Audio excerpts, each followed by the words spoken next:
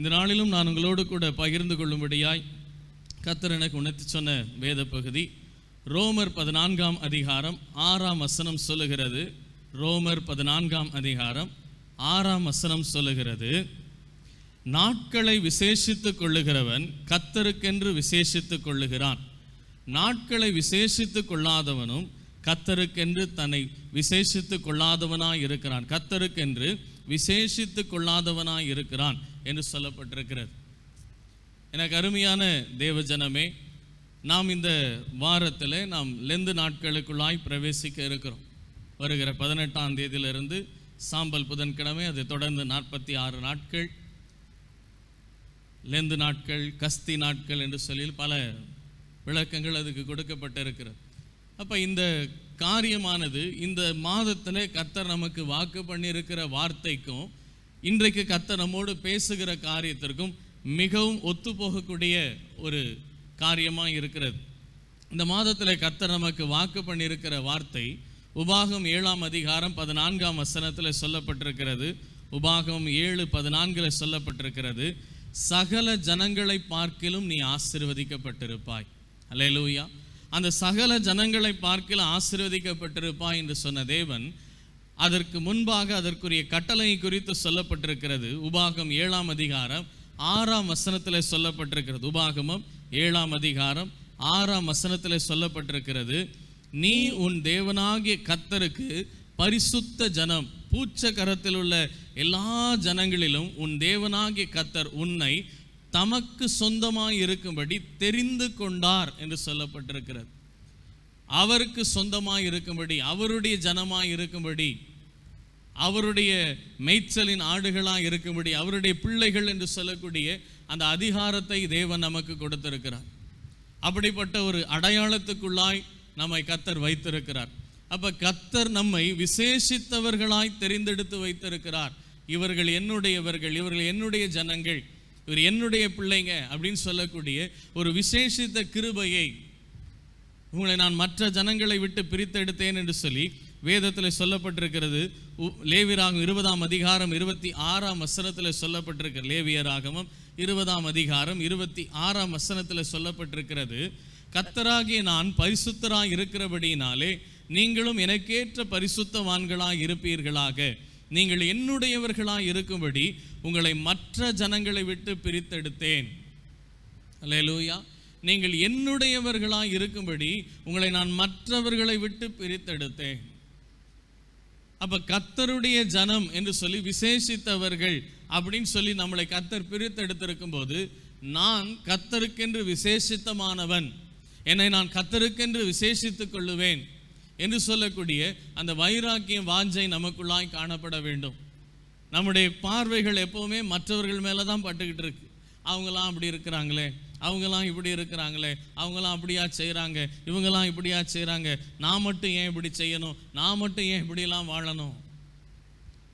அவங்கள போல இல்லை, நம்மை விசேஷித்தவர்களாய் தேவன் அழைத்திருக்கிறார்.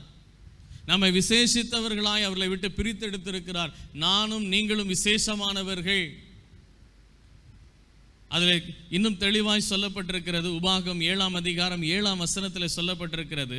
உபாகம் 7:7 சொல்லப்பட்டிருக்க வாசியுங்கள், சகல ஜனங்களிலும் நீங்கள் திரட்சியான ஜனம் என்று கர்த்தர் உங்கள் பேரில் அன்பு வைத்து உங்களை தெரிந்து கொள்ளவில்லை, நீங்கள் சகல ஜனங்களிலும் கொஞ்சமாயிருந்தீர்கள். நீங்கள் சகல ஜனங்களின் திரட்சியான ஜனம் என்று சொல்லி உங்கள் மேல் அன்பு வைத்து அவர் உங்களை தெரிந்து கொள்ளவில்லை, நீங்கள் சகல ஜனங்களிலும் கொஞ்சமாயிருந்தீர்கள், least among the less. அப்ப கர்த்தர் என்னை பிரித்தெடுத்திருக்கிறார் என்று சொன்னா எனக்குள்ளே ஒரு எண்ணம் எப்பொழுதும் காணப்படணும், நான் கர்த்தருக்கென்று விசேஷமானவன், நான் என்னை கர்த்தருக்கென்று விசேஷித்துக் கொள்ள வேண்டும். அல்லேலூயா. என்னை நான் கர்த்தருக்கென்று விசேஷித்துக் கொண்டால் இந்த விசேஷமானவர்களுக்கென்று கர்த்தர் வாக்கு பண்ணின இந்த ஆசீர்வாதம், சகல ஜனங்களை பார்க்கிலும் நீ ஆசீர்வதிக்கப்பட்டிருப்பாய் என்று சொன்ன தேவன் அந்த ஆசீர்வாதத்தை எனக்கு கொடுக்க உண்மையுள்ளவராக இருக்கிறார். அல்லேலூயா. எந்த மனிதன் நான் விசேஷமானவன், நான் கர்த்தரால் பிரித்தெடுக்கப்பட்டிருக்கிறேன், நான் அவருடைய ஜனமாய் இருக்கும்படி, என்னை தமக்கு சொந்தமாய் இருக்கும்படி அவர் தெரிந்தெடுக்கப்பட்டவனாய் இருக்கிறேன். I am chosen. அப்ப என்னதான் கர்த்தர் எனக்கு தான் வாக்கு பண்ணி இருக்கிறார், நான் சகல ஜனங்களை பார்க்கலாம் ஆசீர்வாதமா இருப்பேன்னு சொல்லி. அல்லேலூயா. அப்ப இங்கே சொல்லப்பட்டிருக்கிற காரியம், நாட்களை விசேஷித்துக் கொள்ளுகிறவன் கர்த்தருக்கென்று விசேஷித்துக் கொள்ளுகிறான். நாட்களை விசேஷித்துக் கொள்ளுகிற காரியமானது, நான் கர்த்தருக்கென்று, நான் கர்த்தருடையவன். அப்ப என்னுடைய வாழ்க்கையில நான் கர்த்தருடையவனாய் வாழ முடியாதபடிக்கு என்னென்ன காரியங்கள் என்னை கர்த்தரை விட்டு பிரித்து கொண்டிருக்கிறது, எந்தெந்த காரியங்களை நான் விசேஷமானவனாய் வாழ முடியாதபடி, நான் பிரித்தெடுக்கப்பட்டவனாய் தெரிந்தெடுக்கப்பட்டவனாய் வாழ முடியாதபடி எந்தெந்த காரியங்கள் என்னை கர்த்தரை விட்டு தூரமாக்கி இருக்கிறது, எனக்கும் கர்த்தருக்கு சம்பந்தமில்லாத காரியங்களை நான் எந்த விதத்தில் நான் வாழ்ந்து கொண்டிருக்கிறேன். ஆனால் கர்த்தரோ என்னை பற்றி சொல்லி வச்சிருக்கிறார், நான் தெரிந்தெடுத்தவன், நான் உன்னை விசேஷமானவனாய் எடுத்திருக்கிறேன், நான் உன்னை பிரித்தெடுத்திருக்கிறேன்னு சொல்லி வச்சிருக்கிறாரு. ஆனால் நான் அப்படிப்பட்ட ஒரு ஜீவியத்திலே வாழவில்லை. அப்போ அந்த வாழ்க்கை வாழுவதற்கு இந்த காலமானது நமக்கு கொடுக்கப்பட்டிருக்கிறது. இந்த நாட்களிலே நம்மை ஆராய்ந்து பார்த்து, நம்மை தற்பரிசோதனை செய்து, நான் விசேஷித்தமானவனாய் வாழ்ந்து கொண்டிருக்கிறேனா, நான் தேவனால் தெரிந்து கொள்ளப்பட்டவனாய் வாழ்ந்து கொண்டிருக்கிறேனா, நான் கர்த்தரால் பிரித்தெடுக்கப்பட்டவனாய் வாழ்ந்து கொண்டிருக்கிறேனா, நான் மற்ற ஜனங்களுக்கு எனக்கு வித்தியாசத்தை உண்டு பண்ணியிருக்கிறேன் கர்த்தர் சொல்லியிருக்கிறாரே, அந்த வித்தியாசத்தை உண்மையாகவே நான் வாழ்ந்து கொண்டிருக்கிறேனா என்று சொல்லக்கூடிய காரியத்தை நாம் ஆராய்ந்து பார்த்து ஒப்பு கொடுக்கிறது தான் மிகவும் அவசியமான ஒரு காரியம். அப்போ இந்த நாட்களை விசேஷித்து கொள்ளாதவன் கர்த்தருக்கென்று அவன் விசேஷித்து கொள்ளாதவனாக இருக்கிறான். அப்போ கர்த்தருக்கென்று தன்னை விசேஷித்து கொள்ளாதவனுக்கு எப்படி கர்த்தர் சகல ஜனங்களை பார்க்கல ஆசீர்வாதமாக இருப்பாயின்னு சொல்லி வாக்கு பண்ணதை கொடுக்க முடியும்? விசேஷமானவர்களுக்கென்று கர்த்தர் வாக்கு பண்ணியிருக்கிறார். நான் தெரிந்து கொண்டவர்கள், எனக்கு சொந்தமாக இருக்கும்படி நான் எனக்கு சொந்தமாக்கி கொண்டேன் அப்படின்னு சொல்லி கர்த்தர் சொல்லி வச்சிருக்கிறார். ஸ்பெஷல் பீப்புள் அப்படின்னு சொல்லி வச்சிருக்கிறார். அப்போ இந்த ஸ்பெஷல் பீப்புளுக்கென்று வச்சிருக்கிற ஆசீர்வாதத்தை ஸ்பெஷல் பீப்புளாக இல்லாத ஒரு நபர் எப்படி பெற்றுக்கொள்ள முடியும்? அப்போ நம்ம வாழ்க்கையை இந்த நாட்களிலே ஆராய்ந்து பார்த்து, ஆண்டவரே நான் உமக்கு பிரியமில்லாத செயல்களை என்னை விட்டு என்னை ஆராய்ந்து பார்த்து என்னை அகற்றி போடுகிறேன் ஆண்டவரே. இதெல்லாம் என்னை கர்த்தாவே இன்னும் உலகத்துக்கு ஒத்த வேஷத்தை தரிக்கும்படியா அல்லது உலகத்தின் சாயலை என் மேலே தெளிக்கும்படியா இது காரியங்கள் போராடி கொண்டிருக்கிறது. இதை நான் மேற்கொண்டு வாழ எனக்கு உதவி செய்யும். என்னை நான் உமக்கென்று விசேஷித்துக் கொள்ளுகிறேன். இந்த நாட்களை நான் விசேஷித்து கொண்டு, என்னை நீர் விசேஷித்தவனாய் அழைத்திருக்கிறீர், உம்முடைய ஜனம் விசேஷமானவர்கள் சொல்லி அழைத்திருக்கிறீர். அப்படிப்பட்ட ஒரு வாழ்க்கை வாழ நான் ஒப்பு கொடுக்கிறேன். அப்படி ஒரு வாழ்க்கை வாழ்ந்தாதான் நான் சகல ஜனங்களை பார்க்கல ஆசீர்வாதமாக இருக்க முடியும். அல்லேலூயா. அப்போ இந்த லெந்து நாட்களிலே நம்முடைய வாழ்க்கையில் என்ன செய்யணும் அப்படின்னா, நான் விசேஷித்தமானவன் என்று சொல்லக்கூடிய காரியத்தை உணர்ந்து, எதெல்லாம் நான் விசேஷமானவனாக இருக்க முடியாதபடிக்கு காரியங்கள் காணப்பட்டு கொண்டிருக்கிறதோ அதையெல்லாம் நான் என்னை விட்டு அருவருத்து என்னை விட்டு அகற்றி போடக்கூடிய நிலைகள் காணப்பட்டால் நிச்சயமாய் கர்த்தர் சொன்னபடியே என்னை ஆசீர்வதிக்க ஒரு உண்மையுள்ளவராக இருக்கிறார். அல்லேலூயா. நமக்காக அவர் சொந்த குமாரனே கொடுத்து அன்பு கூர்ந்திருக்கிறாரு. அவருடைய சொந்த குமார், ஒரே பேரான குமாரனை நமக்காய் கொடுத்து அவர் இந்த உலகத்தில் அவ்வளவு பாடுபடும்படி, அவரை அவ்வளவு அந்த கீழடையும்படியான காரியத்தை செய்து, நம்ம வாழ்க்கையில் நம்ம சாவம் நீங்கணுன்றதுக்காக, நம்ம பாவம் மன்னிக்கப்படணுன்றதுக்காக, நம்ம வாழ்க்கை ஆசீர்வதிக்கப்படணுன்றதுக்காக, நம்மை அவருக்கு சொந்தமாக்கி கொள்ளும்படியாக இவ்வளவு பிரயாசத்தை அவர் பட்டிருக்கும் போது, நான் அவருக்கு சொந்தமாக இருக்கும்படி நான் என்ன பிரயாசப்படுறேன்? நான் அவருக்கு சொந்தமாக இருக்கும்படி நான் என்ன முயற்சிகளை செய்து கொண்டிருக்கிறேன்? இன்றைக்கு உலகத்தில் பல காரியங்கள் கற்பிக்கப்படுகிறது. நீங்கள் இந்த லெந்து காலத்தில் அனுசரிக்க தேவையில்லை. இயேசு கிறிஸ்து நமக்காக பாடுகளை பட்டு அவர் சிலுவையில் மரித்து உயிர்த்தெழுந்து 3ஆம் நாளில் உயிர்த்தெழுந்து இன்றைக்கு உயிரோடு இருக்கிறார். இன்றைக்கு நமக்காக பரிந்து பேசி கொண்டிருக்கிறார். நான் இன்றைக்கும் பாவம் செய்து ஆண்டவரை அடி வாங்க வச்சுக்கிட்டு இருப்பேன். அதே வேத புஸ்தகத்திலாம் சொல்லப்பட்டிருக்கிறது, இன்றைக்கும் அடிக்கப்பட்ட வண்ணமாக இருக்கிற தேவாட்டுக்குட்டி என்று சொல்லப்பட்டிருக்கிறது. பிதாவினிடத்தில் நமக்காக பரிந்து பேசி கொண்டிருக்கிறார். நம்ம மேலே விட வேண்டிய அடியெல்லாம் அவர் மேலே விழுந்துகிட்டு இருக்கு. அப்போ என் வாழ்க்கையில் ஆண்டவரே, என் நிமித்தமாக எவ்வளவு காயங்கள் உமக்கு உண்டாகி இருக்கிறது, நான் இனி அந்த காயத்தை உண்டு பண்ணாத ஒரு வாழ்க்கை வாழணும்.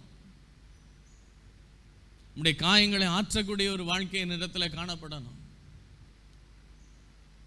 இந்த லெந்து நாட்களில் ஆண்டவரே, நான் உமக்கு பிரயோஜனமான ஒரு பாத்திரமாய் மாறணும் ஆண்டவரே. ஆண்டவரே, நான் உமக்கு பிரயோஜனமான ஒரு பாத்திரமா மாறணும்.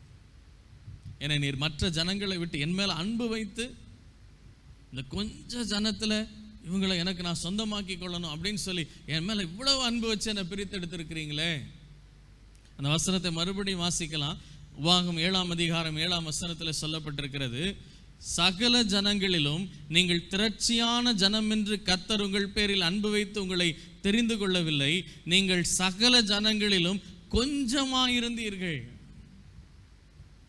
சகல ஜனங்களிலும் நீங்க கொஞ்சமா இருக்கிறதையோ, இந்த ஜனங்கள் மேல கர்த்தர் மேல அன்பு, கர்த்தருடைய அன்பு வந்திருக்கு, என் மேல கர்த்தருடைய அன்பு கடந்து வந்திருக்கு. இந்த உலகத்தில் எத்தனையோ ஜனங்கள் இருக்கிறாங்க, அந்த ஜனங்களை காட்டிலும் என் மேல கர்த்தர் அன்பு வைத்து என்னை கர்த்தர் தமக்கு சொந்தமாகும்படி தெரிந்து கொண்டார். இப்ப நான் அதை உணர்ந்த ஒரு வாழ்க்கை வாழ்ந்து கொண்டிருக்கிறேனா?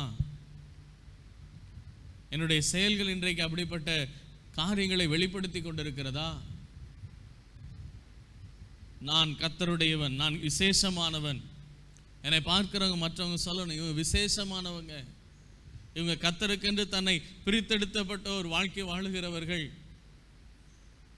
கர்த்தருக்கென்று ஒரு பரிசுத்த வாழ்க்கை வாழுகிறவர்கள், கர்த்தருக்கு பிரியமான செயல்களை செய்கிறவர்கள் என்று சொல்லக்கூடிய அந்த அடையாளம் என்னிடத்தில் காணப்படுகிறதா என்று சொல்லக்கூடிய காரியத்தை ஆராய்ந்து பார்த்து தேவ சமூகத்தில் ஒப்பு கொடுக்கிறது மிக மிக அவசியமான ஒரு காரியம்.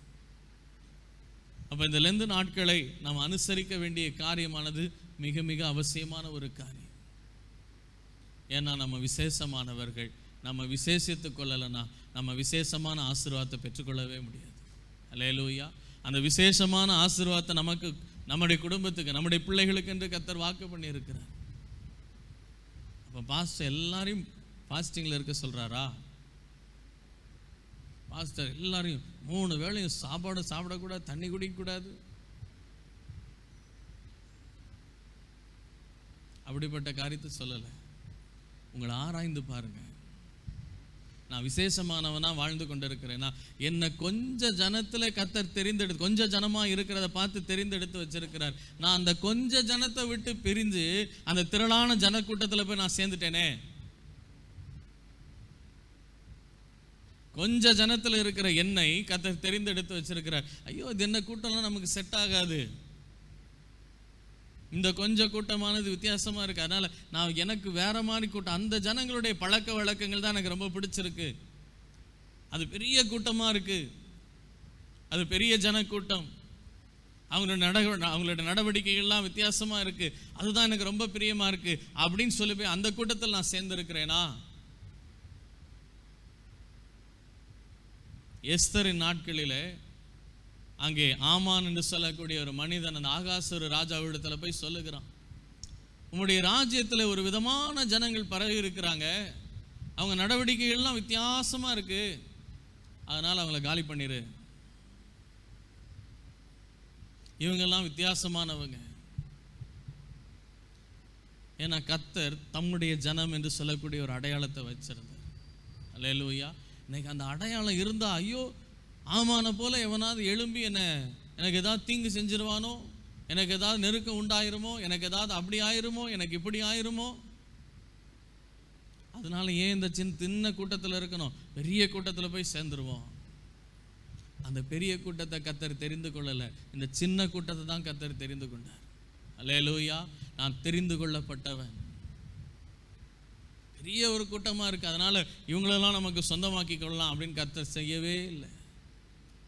கர்த்தர் செய்த காரியம், இந்த சிறு கூட்டம் கொஞ்சமா இருக்கிறார்கள், இவர்களை தான் நான் எனக்கென்று தெரிந்து கொள்ளுவேன், ஏன்னா இவங்க தான் எனக்கு பிரியமா வாழ்வாங்க. கர்த்தர் நம்ம மேல நம்பிக்கை வச்சு நம்மளை அவருடைய ஜனம் என்று சொல்லி பிரித்தெடுத்திருக்கிறார். ஆனா இன்னைக்கு என்னுடைய வாழ்க்கை எப்படிப்பட்டதா இருக்கிறது? இன்னைக்கு என்னுடைய செயல்கள் எப்படிப்பட்டதா இருக்கிறது? நான் என்னுடைய நடத்தைகள் எப்படிப்பட்டதாக இருக்கிறது? அந்த திரள் கூட்டமான ஜனத்தை போல நான் வாழ்ந்து கொண்டிருக்கிறேனா, அல்லது அந்த கொஞ்ச கூட்டத்தை பார்த்து கர்த்தர் தெரிந்தெடுத்தாரே அந்த தெரிந்தெடுக்கப்பட்ட ஒரு வாழ்க்கையை வாழ்ந்து கொண்டிருக்கிறேனா?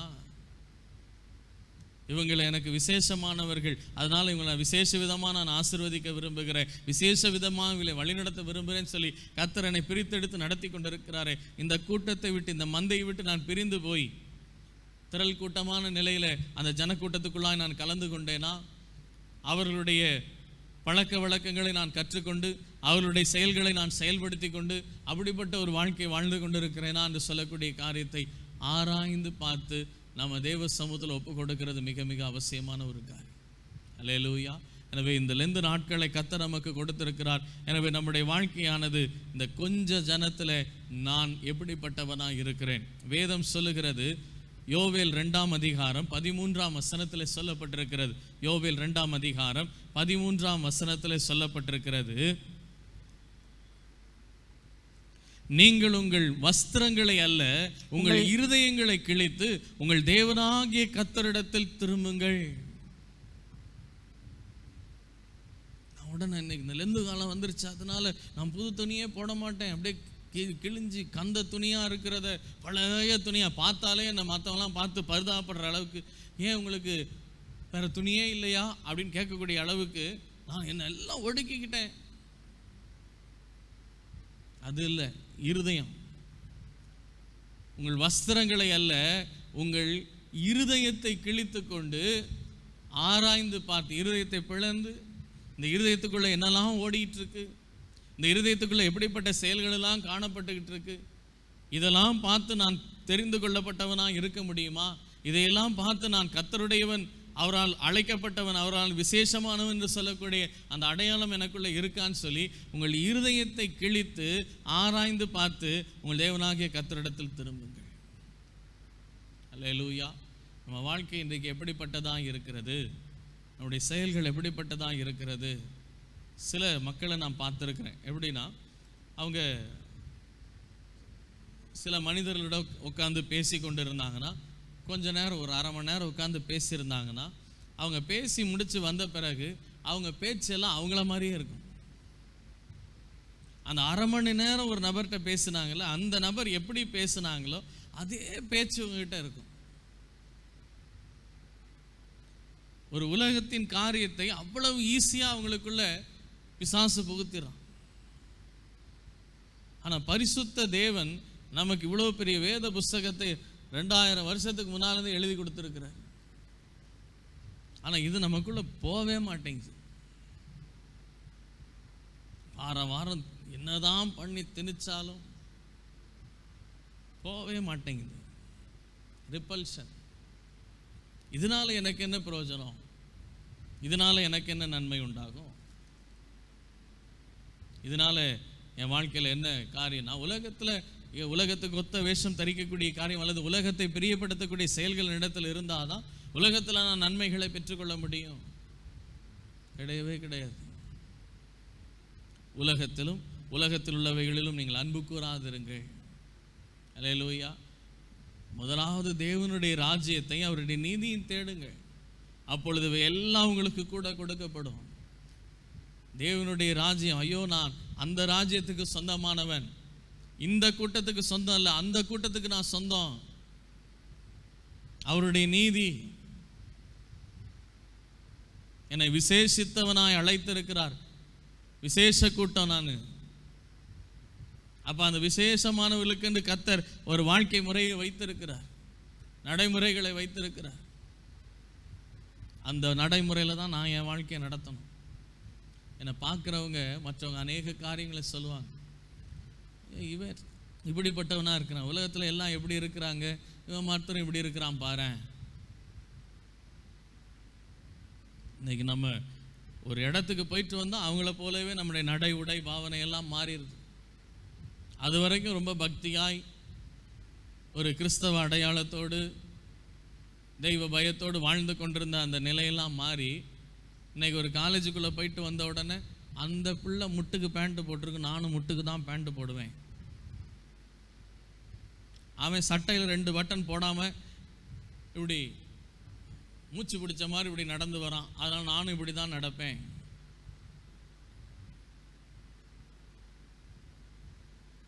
என்ன சாதிச்சிட்டோம் அதில்? அதனால என்ன பலன் உண்டானது நமக்கு? அதே தேவனுக்கு பயந்து பொல்லாப்புக்கு விலகுற ஒரு வாழ்க்கை வாழ்ந்து கர்த்தருக்கு பிரியமான செயல்கள் நம்மிடத்தில் காணப்பட்டதுனால தான் கர்த்தர் நமக்கு வழியை திறந்து அந்த காரியத்தை நாம் பெற்றுக்கொள்ளும்படியான காரியத்தை கர்த்தர் செய்தார். ஆனால் அங்கே போன உடனே ஐயோ இந்த பெரிய கூட்டமாக இருக்கே, அந்த கூட்டத்தில் சேர்ந்துருவோம், நம்ம ஏன் இந்த சின்ன கூட்டத்தில் இருக்கணும்? தெரிந்து கொள்ளப்பட்டவங்களாம் இந்த சைடு, தெரிந்து கொள்ளாதவங்களாம் அந்த சைடு. இவர்கள் கொஞ்ச ஜனமாய் இருக்கிறார்கள். அப்ப நான் விசேஷமானவன் அப்படின்றதுனால கர்த்தர் என்னை பிரித்து வச்சிருக்கிறாரு. அப்ப நான் என்னுடைய வாழ்க்கையானது, என்னுடைய நடக்கையானது கர்த்தருக்கு பிரியமான ஒரு நடத்தைகளாய் என்னுடைய காரியங்கள் காணப்படணும். வேதம் சொல்லுகிறது, நீதிமொழிகள் 10ஆம் அதிகாரம் 19ஆம் வசனத்தில் சொல்லப்பட்டிருக்கிற, நீதிமொழிகள் 10ஆம் அதிகாரம் 19ஆம் வசனத்தில் சொல்லப்பட்டிருக்கிறது, சொற்களின் மிகுதியால் பாவமிராமல் போகாது, தன் உதடுகளை அடக்குகிறவனோ புத்திமான் என்று சொல்லப்பட்டிருக்கிறது. நம்ம பேசுகிற பேச்சு இன்னைக்கு கிறிஸ்தவ அடையாளத்தை என்னிடத்துல காணப்படுத்துதா? எல்லாரும் பேசுகிற மாதிரி நம்மளும் பேசுகிறோம். அவன் பேசுனா நான் பேசினேன், அவன் சொன்னா நான் சொன்னேன், அவன் இப்படி பேசினா நான் அவனுக்கு இப்படி பதில் சொன்னேன். இதுல எந்த விதத்தில் நான் விசேஷமானவன், இதுல எந்த இடத்துல நான் கர்த்தருடையவன், இதுல எந்த இடத்துல நான் பரிசுத்தமானவன் என்று சொல்லக்கூடிய பரிசுத்த ஜனம் என்று சொல்லி, கிறிஸ்தவன் சொல்றதை விட பரிசுத்த ஜனம் என்று சொல்லி தான் வேதத்தில் அடையாளம் காட்டப்பட்டிருக்கிறது. அப்ப அந்த பரிசுத்த ஜன கூட்டத்தை சார்ந்தவன், பரிசுத்த தேவனை ஆராதிக்கக்கூடிய பரிசுத்த ஜனம் நான் அப்படின்னு சொல்லக்கூடிய அந்த அடையாளம் நம்ம இடத்துல காணப்படுதா? நான் இன்னும் உலகத்தான போல தான் பேசிக்கிட்டு இருக்கிறேன். என்னுடைய பேச்சுகள், என் வாயிலிருந்து வரக்கூடிய வார்த்தைகள் தெய்வ பக்திக்குரிய வார்த்தைகள் என்னிடத்துல காணப்படலை, பயபக்திக்குரிய வார்த்தைகள் என்னிடத்துல காணப்படலை. அவன் பொய் சொன்னானா நானும் பொய் சொல்றேன், அவன் திட்டினானா நானும் திட்டுறேன், அவன் சண்டை போட்டானா நானும் சண்டை போடுறேன்.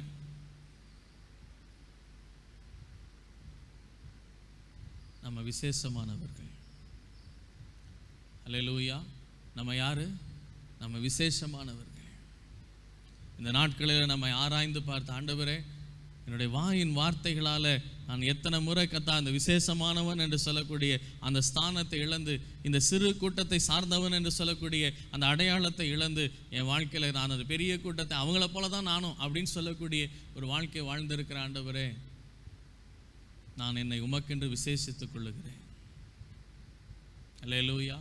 என்னை உமக்கென்று நான் விசேஷித்துக் கொள்ளுகிறேன் என்று சொல்லி தேவ சமூகத்தில் ஒப்பு கொடுக்கும் போது, தேவன் நம்முடைய வாழ்க்கையில தம்முடைய கிருபையை கட்டளையிட்டு சகல ஜனங்களை பார்க்கல நாம் ஆசீர்வாதமாக இருக்கும்படியான கிருபைகளை அவர் கொடுக்க உண்மையுள்ளவராக இருக்கிறார். அடுத்ததாக வேதம் சொல்லக்கூடிய காரியம் 1 பேதுரு 1ஆம் அதிகாரம் 15ஆம் வசனத்தில் சொல்லப்பட்டிருக்கிறது. 1 பேதுரு 1ஆம் அதிகாரம் 15ஆம் வசனத்தில் சொல்லப்பட்டிருக்கிறது, உங்களை அழைத்தவர் பரிசுத்தராய் இருக்கிறது போல நீங்களும் உங்கள் நடத்தைகள் எல்லாவற்றிலும் பரிசுத்தராய் இருங்கள்.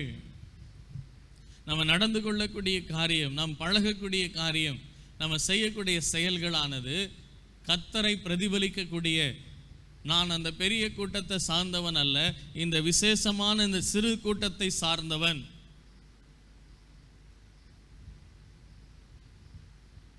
அடுத்தவன் கடன் வாங்கிட்டு ஏமாத்திட்டு போறான், அடுத்தவன் கடன் வாங்கிட்டு கடனை திரும்ப கொடுக்காம போறான் அப்படின்னா நானும் அப்படியே தான் இருப்பேன். ஏன் அவன் என்ன வாங்கினானே கொடுத்தானா,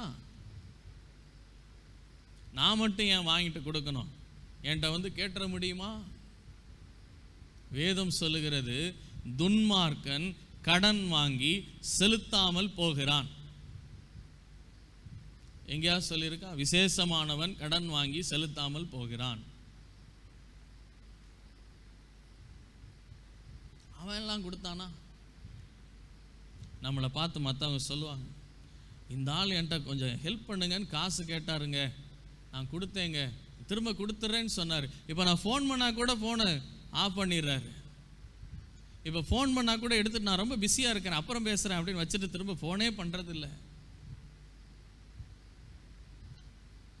இது மாத்திரம், இது போல எத்தனை காரியங்களிலே நான் கர்த்தருடையவன் என்று சொல்லக்கூடிய அடையாளத்தை நாம் இழந்து போய் நம்ம வாழ்ந்து கொண்டிருக்கிறோம்.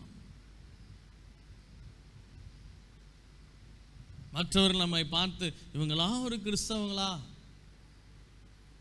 இப்படி நடந்து கொள்றாங்களே, இப்படிப்பட்ட செயல்களை செய்கிறாங்களே, இப்படி உபத்திரவப்படுத்துறாங்களே, இவங்க என்ன கிறிஸ்தவங்க? இவங்க பார்வோனை போல நடந்து கொள்ளுகிறாங்க. ஒரு முறை ஒரு சகோதரர் அவர் சொன்ன காரியம், அவருடைய பெற்றோரை குறித்து ரொம்ப வேதனையோடு பாஸ்டர்கிட்ட வந்து பகிர்ந்து கொண்ட காரியம்.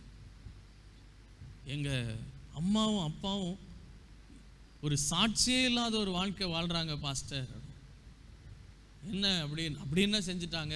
ஏன்னா அவங்க போகிற சபையானது ரொம்ப பரிசுத்தவான்களின் கூட்டம்னு சொல்லி அவங்களே சொல்லிக்கூடிய ஒரு கூட்டம்.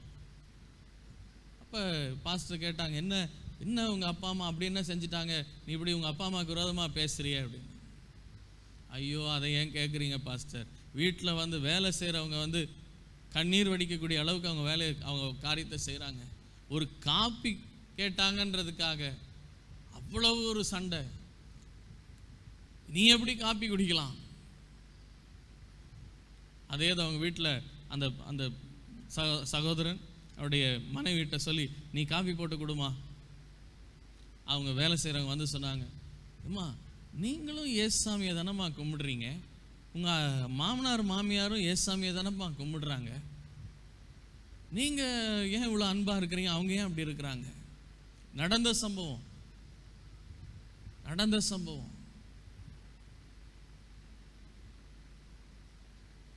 கர்த்தருடைய நாமத்தை வீணில் வழங்கினா கர்த்தர் எத்தனை தலைமுறைக்கு அதை குறித்து நியாயம் விசாரிப்பார்னு சொல்லி வேதத்தில் சொல்லப்பட்டிருக்கு.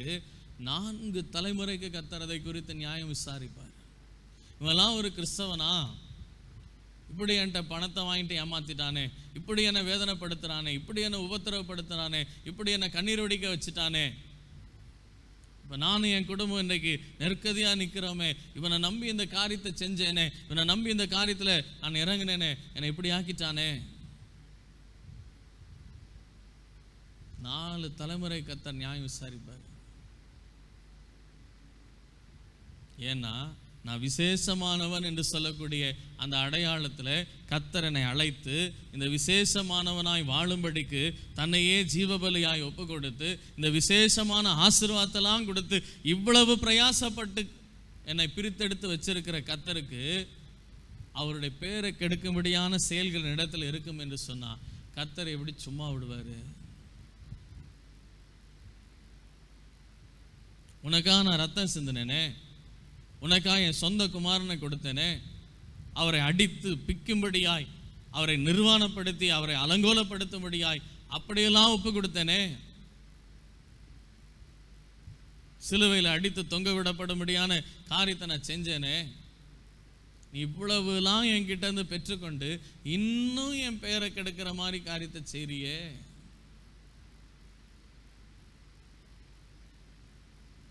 நான் விசேஷமானவன். அல்லேலூயா. என்னை விசேஷித்துக் கொள்ளணும். நான் விசேஷமானவன் என்று சொல்லக்கூடிய காரியத்தை உணர்ந்து, ஐயோ நான் விசேஷமானவனா இல்லாதபடி அசுத்தமானவனா நான் நடந்து கொள்றேனே, மற்றவங்களாம் என்னை பார்த்து இவெல்லாம் ஒரு கிறிஸ்தவனா அப்படின்னு சொல்லக்கூடிய செயல்கள் இடத்துல இருக்குதே.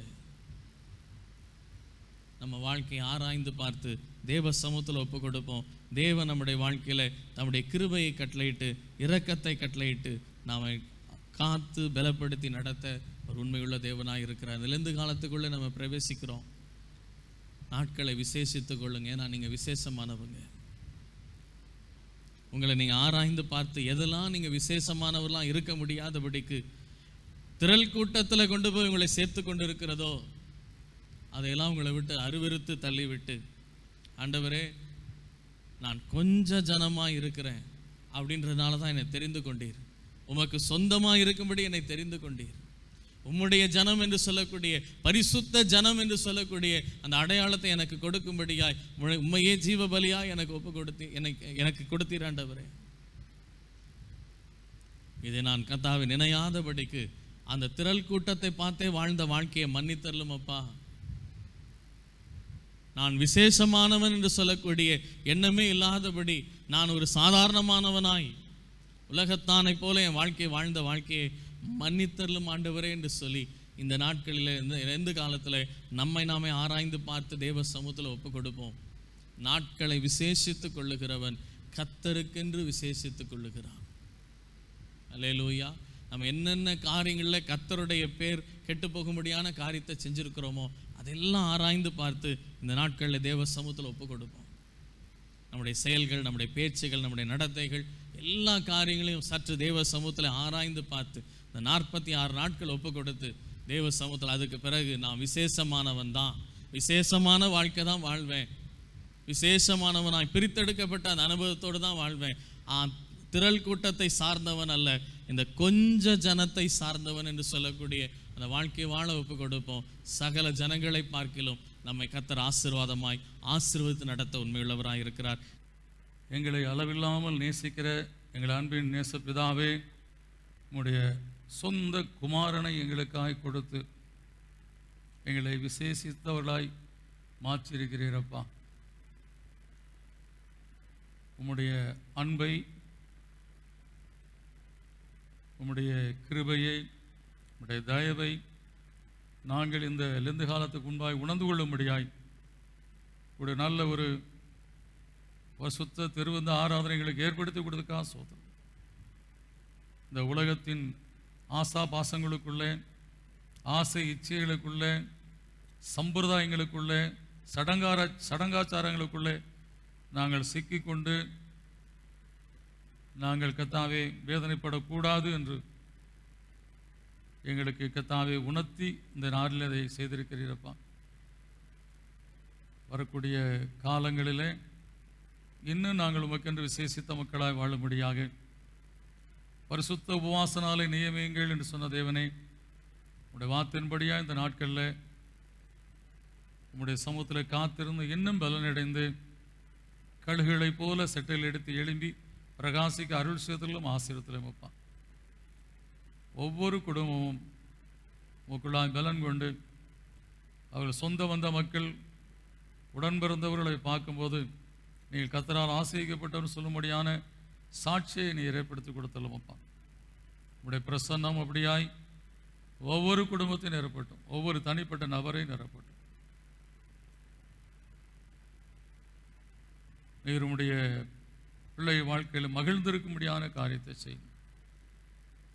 கர்த்தரை தெய்வமாய் கொண்ட ஜனம் பாக்கியம் உள்ளதுன்னு சொல்லப்பட்டபடி நீர் எங்களை கர்த்தாவை தெரிந்து கொண்டிருக்கிறீர் என்பதை நாங்கள் ஆழமாய் உணர்ந்து கொண்டு நாங்கள் நிச்சயமாய் சகல ஜனங்களை பார்க்கலாம் ஆசிரியப்பட்டிருப்போம். உங்களுடைய சித்தத்தை, உங்களுடைய திட்டத்தை, உங்களுடைய நோக்கத்தை, உங்களுடைய அன்பை நாங்கள் புரிந்து கொள்ள எங்களுக்கு அருள் செய்ததுக்காக ஸ்தோத்திரம். தொடர்ந்து கர்த்தாவே நாங்கள் அதில் நிலைத்திருந்து உடைய ஆசீர்வாதத்தில் பெருக கிருபை செய்தலும் ஆசீர்வாதத்திலும் கர்த்தாவே இயேசு கிறிஸ்துவின் நாமத்தினாலேயே கேட்கிறோம் எங்கள் ஜீவனுள்ள நல்ல பிதாவே, ஆமேன். பரமண்டல இருக்கிற எங்கள் பிதாவே, உம்முடைய நாமம் பரிசுத்தப்படுவதாக, உடைய ராஜ்யம் வருவதாக, உடைய சித்தம் பரமண்டலத்திலே செய்யப்படுவது போல பூமியிலே செய்யப்படுவதாக. நல்ல ஆகாரத்தை எங்களுக்கு தாரும், எங்களுக்கு விரோதமாய் குற்றச்சாட்டு மன்னிக்கிறது போல எங்கள் பாவ குற்றங்களை எங்களுக்கு மன்னியும், எங்களை சோதனைக்குள் பிரவேசிக்க பண்ணாமல் தீவின் ரட்சித்துக் கொள்ளும். ராஜ்யமும் வல்லமையும் மகிமையும் என்றென்றைக்கு முடிவுகளே, ஆமேன். நம்முடைய கர்த்தராகிய இயேசு கிறிஸ்துவின் கிருபை, தேவனுடைய அன்பு, பரிசுத்த ஆவியாய் தேவத்தினுடைய அந்யோன்ய ஐக்கியம் நம் ஒருவரோடும் நம்முடைய பிள்ளைகளோடும் எதிர்கால வாழ்க்கையில் விசேஷமாய் +2 எக்ஸாம் CBSE எக்ஸாம் எழுத போகிற அன்பு பிள்ளைகளோடு அவர் எதிர்கால வாழ்க்கையோட ஆசீர்வாதங்களோடு இன்று சதா காலம் இயேசு கிறிஸ்து வருகட்டும் நீடித்து நிலைத்திருப்பதாக. ஆமீன். என் ஆத்துமாவே கர்த்தரை ஸ்தோத்திரி, என் முழு உள்ளமே அவர் பரிசுத்த நாமத்தை ஸ்தோத்திரி.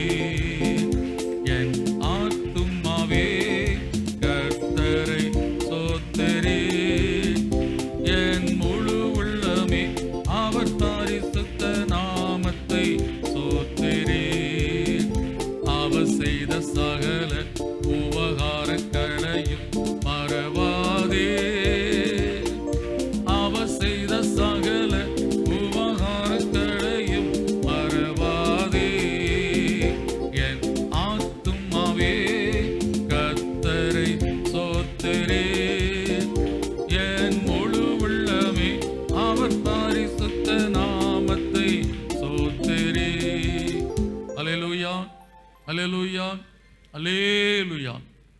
God bless you.